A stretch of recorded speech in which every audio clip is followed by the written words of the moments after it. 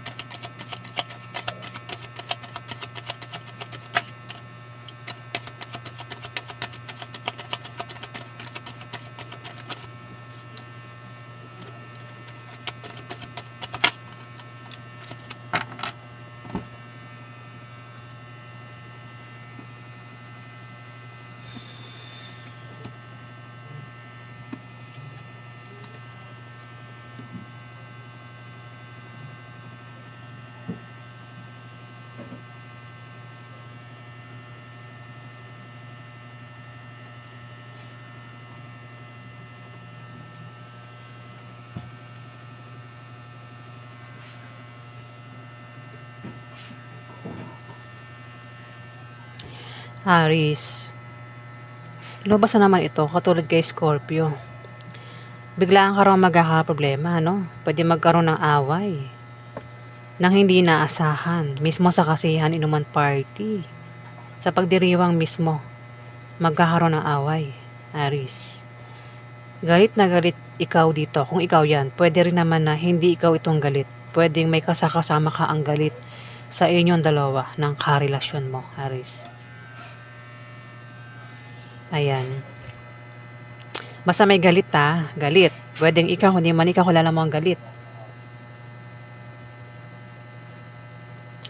Pwedeng galit sa inyong dalawa ng karelasyon mo. O galit ikaw. Kung ikaw ito, pwedeng galit ka sa dalawang tao. Ayan, Aris. Sa 1 week na yan. Pwedeng sa sa kasiyahan inuman party kasi may 3 of cups dito. Pwedeng mismo sa kasiyahan o maaaring sa resulta, pwedeng may darating na resulta, Aris. Pwede may magalit dyan matapos matanggap ang resulta. O maaaring may wish ka na magkakatotoo. Pwede rin magkaroon ng away dyan. Baka may naiinggit. Aris. Ayan. Kung may sakit, gagaling daw ang may sakit, Aris. Physical man o emotional. Ayan.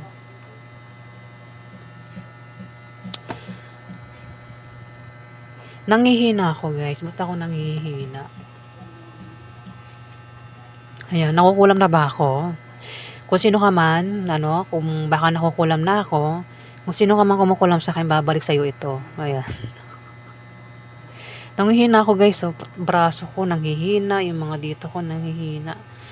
Hindi ko alam. Ayun nanghihina ako para akong matutumba na hindi ko maintindihan. Ayan. Pero sabi rito, kung magkakasakit pa lang kayo sa 1 week na yan, gagaling agad, Aris. Oh, the lovers. May lovers. Si Aris, meron kang asawa, boyfriend, or girlfriend, Aris.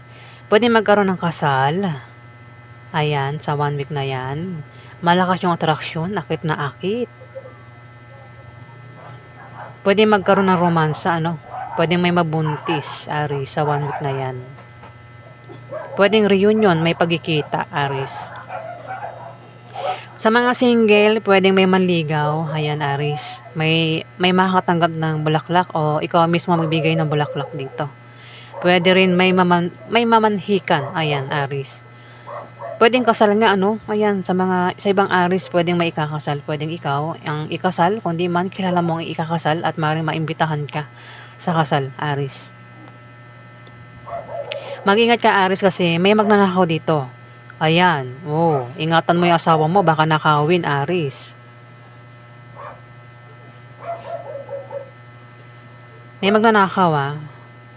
Ayan, baka mga asawa nyo nakawin, boyfriend nyo, girlfriend mo nakawin, Aris, sa 1 week na yan. Ingat ka rin sa traitor, ayan. At ingat ka sa mga matutulis na bagay, Aris, ha.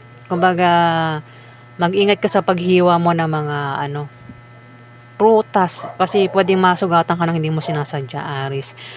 Ako meron kang sikreto plano, ah, huwag mo ipagsabi sa iba, ayan. At maging mapagmasid ka, Aris, sa 1 week na yan. Nangangatog din ako. Ano ba nangyari sa akin? Guys, nakukulam na ba ako? Ayan, kung meron nga mang kukulam, babalik sa'yo itong kulam na binigay mo sa akin. Ayan. At, oh, mukhang traidor, Aris. O, baka naman may tao dito, Aris, ang maring manakit sa'yo. Pero hindi ka papayag na saktan ka niya o lokohin ka kasi mukhang may manloloko dito, oh, Aris. May pag-atake mangyayari. At mukhang gagawin niya pag-atake is awayin ka, lokohin ka, saktan ka, traidorin ka. Pero hindi ka papayag, Aris, na lokohin, saktan, traidorin. O nakawan. Hindi ka papayag nakawan. O nakawan yung asawa mo, ano? Aris, malamang. May kipaglaban ka kapag ninakaw itong asawa mo, Aris. Kasi may magnanakaw dito, eh. Ayan. Kumbaga, ikakasal pa lang, ano. Gusto na nakawin yung asawa. Ayan, Aris. Dito, may 4 of coins. Nanginginig talaga ako, guys. Nanginginig ako. Ayan, oh. Kita ba? Oh. Kanina okay naman ako kanina. Ba't ngayon? Nangangatog ako, oh. Ano meron? Wait lang. Nakukulam na ba ako? Babalik sa yung kulam mo. Babalik sa yung kulam mo. Ayan. Kung sino ka man magkukulam, babalik sa iyo. Huwag mo kang bigyan ng sakit. Kasi yung ibibigay mo sakit sa akin, babalik sa iyo. Ayan.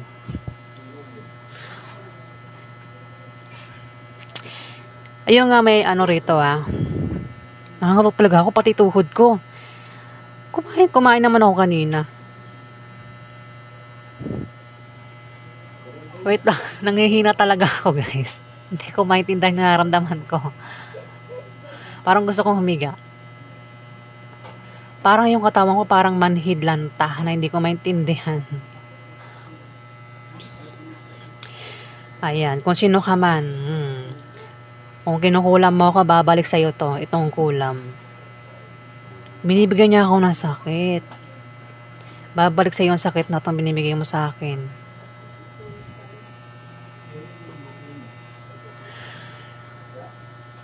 Ayan, Aris, posible ka daw ay makatanggap ng regalo. O may magbibigay ng regalo. Pwede rin na may mag-aalok dito. Basta meron kang matatanggap daw, Aris. Aris, ayan. Pwede rin na makatanggap ng pamana. Ano ang iba sa inyo, Aris? May pag-withdraw akong nakikita dito, Aris. Pwedeng sahod mo, withdrawin mo. Ayan, sa mga Aris na may trabaho dyan, ayan, mukhang withdrawin na ang sahod. O maaaring meron kayong pagkakagastusan na naman, Aris, sa 1 week na yan. May 6 of swords dito. Maaari ka daw ay aalis. Magta-travel, meron kang pupuntahan.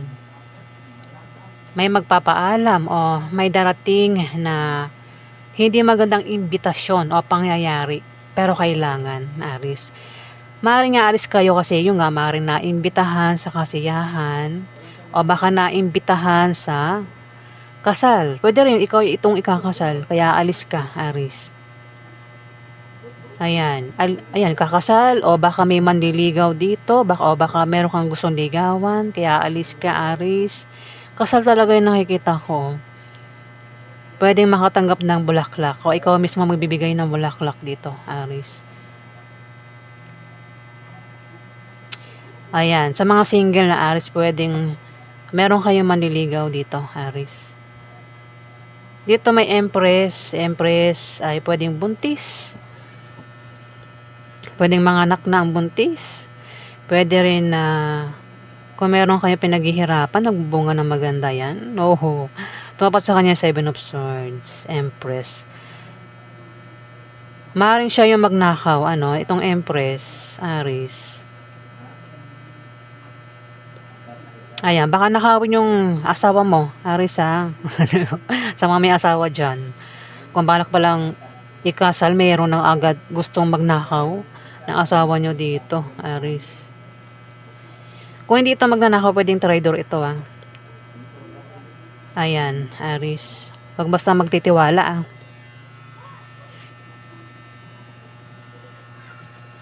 Nangangapag ako.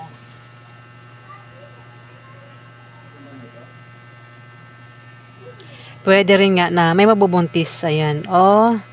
Kung meron kayong ginagawa dyan, tinatrabaho, yan daw ay magbubunga ng mabuti o ng maganda, Aris. Mag-ingat ka talaga sa manloloko. Ayan. Manloloko, magnanakaw ng asawa, Aris. Ayan.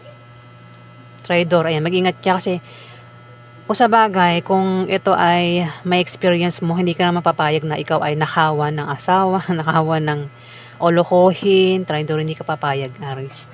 Ayan po yung ganap sa inyo sa 1 week na yan. Maraming salamat po guys sa nag-like at nag-subscribe. Maraming salamat po.